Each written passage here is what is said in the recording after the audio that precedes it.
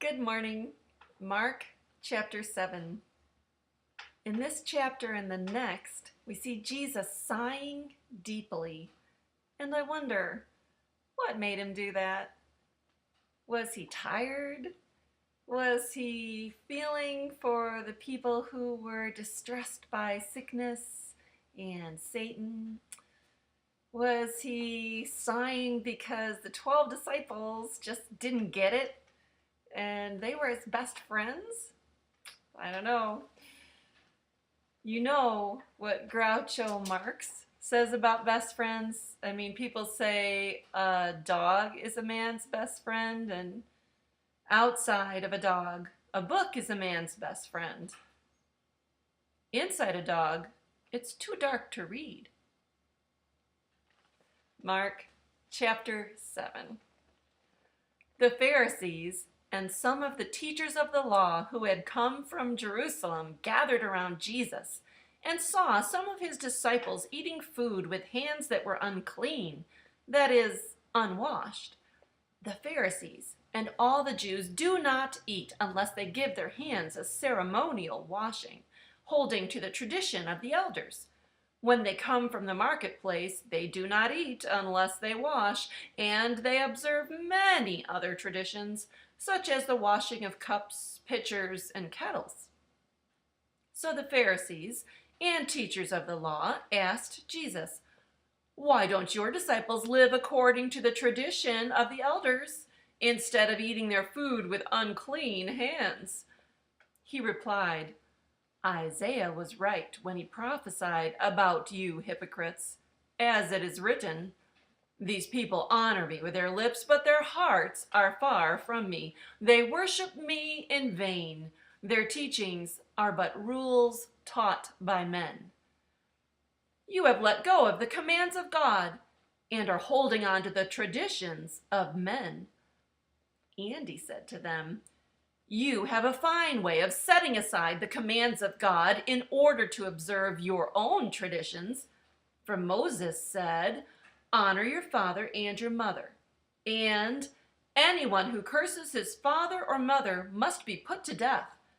But you say that if a man says to his father or mother, 'Whatever help you might otherwise have received from me is Corban,' that is, a gift devoted to God, then you no longer let him do anything for his father or mother.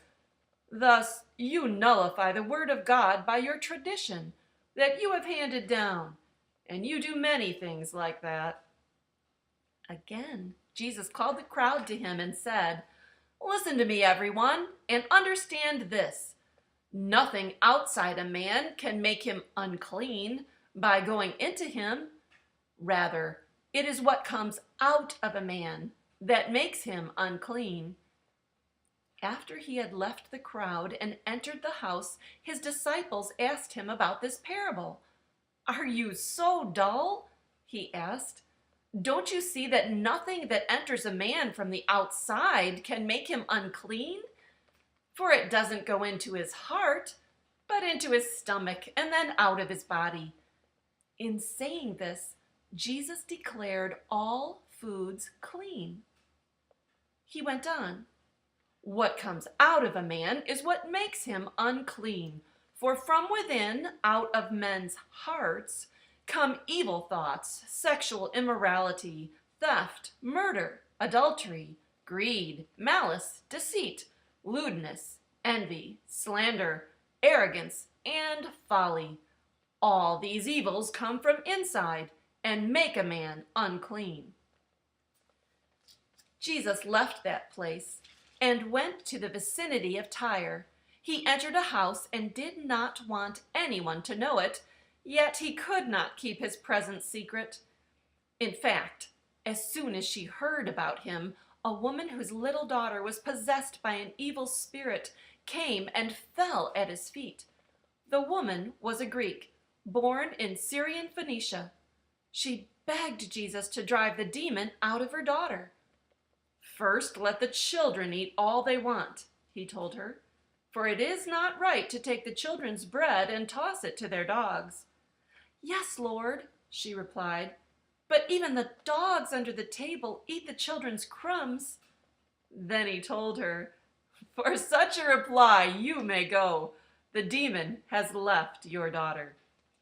She went home and found her child lying on the bed and the demon gone.